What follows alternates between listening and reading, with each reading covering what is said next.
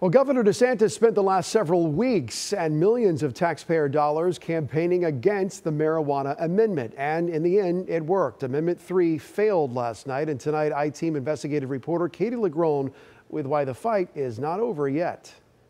Of course, we're disappointed that we didn't hit that 60%. The CEO of Trulieve, Florida's largest medical marijuana company and biggest funder of the Yes on 3 campaign, now looking ahead after failing to get the votes to make smoking pot a protected constitutional right in the Sunshine State. The amendment, which needed 60% approval, fell short at 57%. But with more than half of voters giving recreational marijuana the green light, Kim Rivers now hopes the numbers will be a new motivator to expand weed rights in Florida through lawmakers. I think part of the conversation was, hey, we don't want to see this in the Constitution, but we think the legislature can really address this in an impactful way. And, we agree.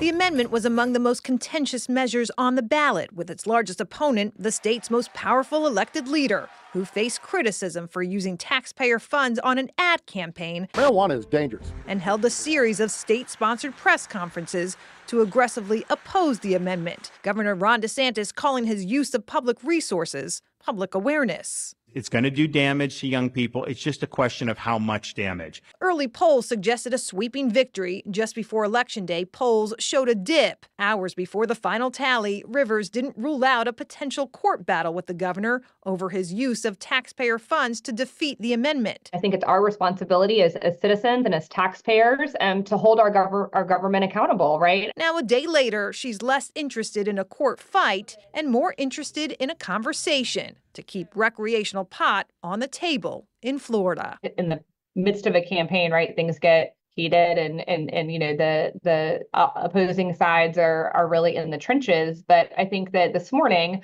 when we have a chance to do the analysis, we're like, wow, a lot of this actually, I think, sets forth a roadmap that has more things that we're agreeing on than disagreeing on. I'm I-Team investigator Katie Legrone, taking action for you.